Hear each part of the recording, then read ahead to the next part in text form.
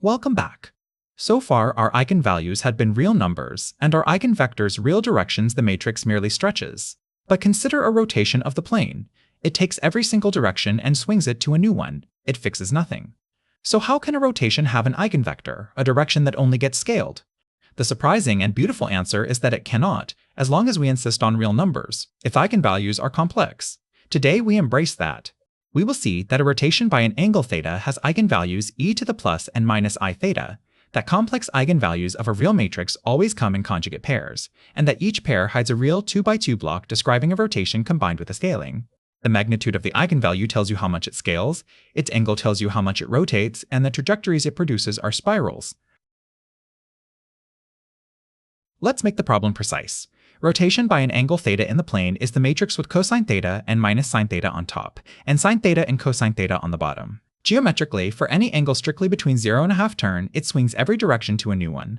No non-zero real vector survives on its own line, so there is genuinely no real eigenvector. And yet the machinery still runs. The characteristic equation is lambda squared minus 2 cosine theta times lambda plus 1 set to 0. Its discriminant is 4 cosine squared theta minus 4, which is negative whenever theta is not a multiple of a half turn. A negative discriminant means the roots are complex. The temptation is to call this a dead end. It is the opposite. The complex roots are exactly the eigenvalues, and they carry the full geometry of the rotation as we are about to see.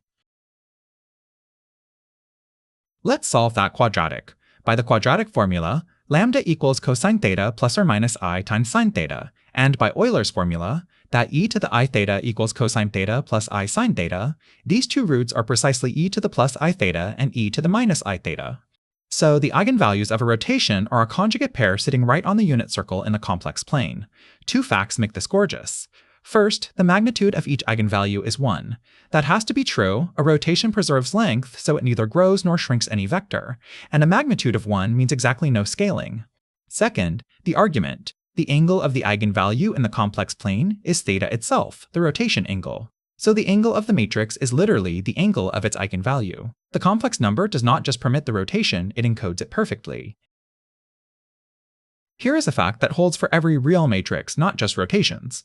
If a real matrix has the complex eigenvalue A plus bi, with some complex eigenvector z, then its conjugate, A minus bi, is automatically also an eigenvalue, and its eigenvector is the conjugate of z. The reason is simple and worth seeing. Start from A times z equals lambda times z, and take the complex conjugate of both sides. The conjugate of a product is the product of the conjugates, and because A has real entries, the conjugate of A is just A again. So A times z bar equals lambda bar times z bar, which says exactly that lambda bar is an eigenvalue with eigenvector z bar. The consequence, complex eigenvalues of a real matrix never show up alone. They always come in conjugate pairs. A real 2x2 matrix therefore has either two real eigenvalues or a single conjugate pair, and the imaginary parts must cancel to keep the original matrix real.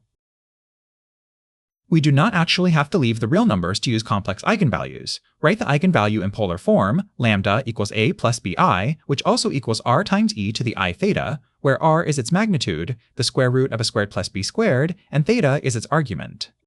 Then any real 2x2 matrix with this conjugate pair is similar to a clean real matrix, the one with A and minus b on top and b and a on the bottom.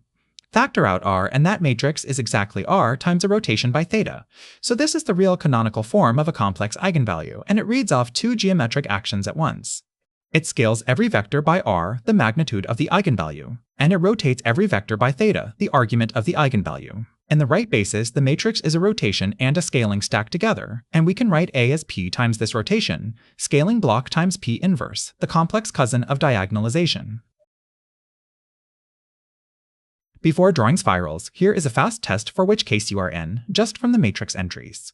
For any real 2x2 matrix, the characteristic equation is lambda squared minus the trace times lambda plus the determinant equals 0. Its discriminant is the trace squared minus 4 times the determinant. If that discriminant is positive, you get two real eigenvalues and the map stretches along two directions. If it is 0, you get a repeated eigenvalue, often a defective case. And if it is negative, you get a complex conjugate pair, rotation. There is more. When the pair is complex, the determinant equals the magnitude of the eigenvalue squared, which is r squared, and the trace equals twice the real part, which is 2r cosine theta. So the determinant alone fixes the scaling factor, and combined with the trace it fixes the rotation angle. Two numbers you can read straight off the matrix tell you the entire spiral geometry before you compute a single eigenvector. Now picture applying a rotation scaling over and over. Each step does two things. It turns the point by the angle theta, and it scales its distance from the origin by the factor r. Compound those across many steps and you get a spiral. Which kind depends entirely on r, the magnitude of the eigenvalue. If r is bigger than 1, every step pushes the point a little farther out and the orbit spirals outward, an unstable system that grows without bound. If r is exactly 1, there is no scaling at all, the point just keeps turning, and it traces a closed circle or ellipse forever. And if r is less than 1, every step pulls the point inward, so the orbit spirals into the origin, a stable system that decays to rest. This is the phase portrait of every oscillating system, a vibrating spring, an electrical circuit, predator and prey cycling against each other. Whether the oscillation grows, holds steady, or dies away is decided by one number, the magnitude of the eigenvalue. Here is the complex plane, with the real axis running across and the imaginary axis going up, and the unit circle drawn faintly. A pure rotation's two eigenvalues sit on that circle as mirror images across the real axis, one in the upper half at angle theta above the positive real axis, the other in the lower half at angle theta below it. That mirror symmetry is exactly what conjugate pair means. Same real part, opposite imaginary parts. The radius out to each point has length 1, which is why a pure rotation neither grows nor shrinks anything. The angle that radius makes with the positive real axis is theta, the rotation angle of the matrix. Now imagine the eigenvalue is not a pure rotation, but a rotation scaling.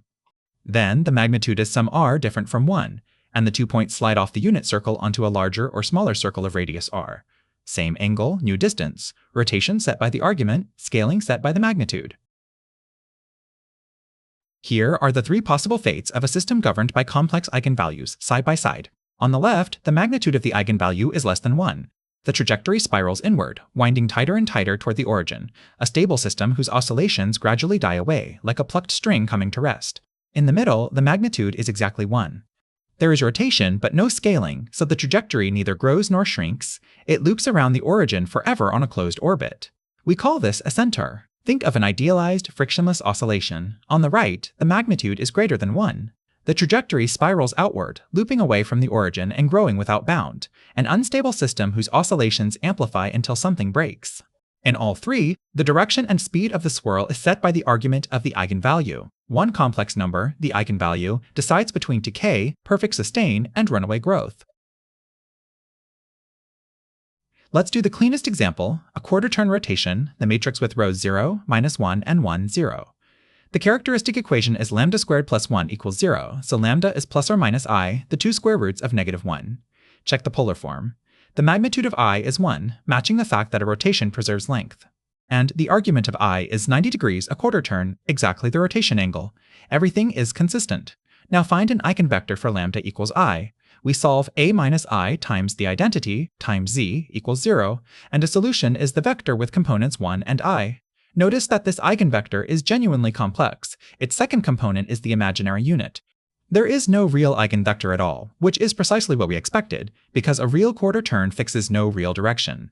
The complex eigenvalue and complex eigenvector are the only honest description. Now a matrix that genuinely spirals. Take A with rows 1, -1, and 1, 1.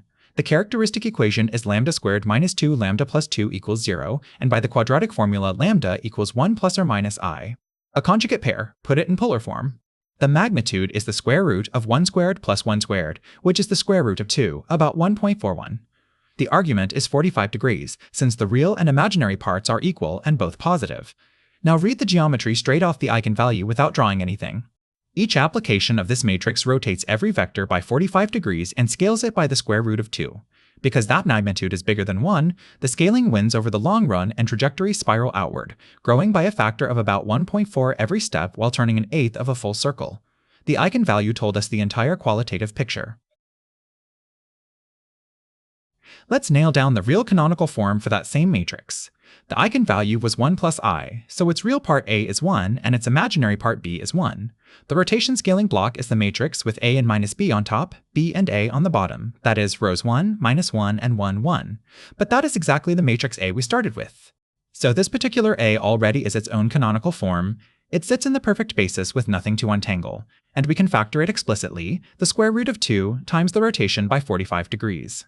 That confirms in pure real arithmetic what the complex eigenvalue told us: scale by the square root of 2, rotate by 45 degrees. The lesson is that once you have the real and imaginary parts a and b of the eigenvalue, you can write down the geometry as a real rotation scaling block and never touch a complex number again. Let's close the loop on how the complex eigenvector turns back into real geometry. A complex eigenvector z splits naturally into a real part and an imaginary part. Z equals u plus I times v, where u and v are ordinary real vectors in the plane.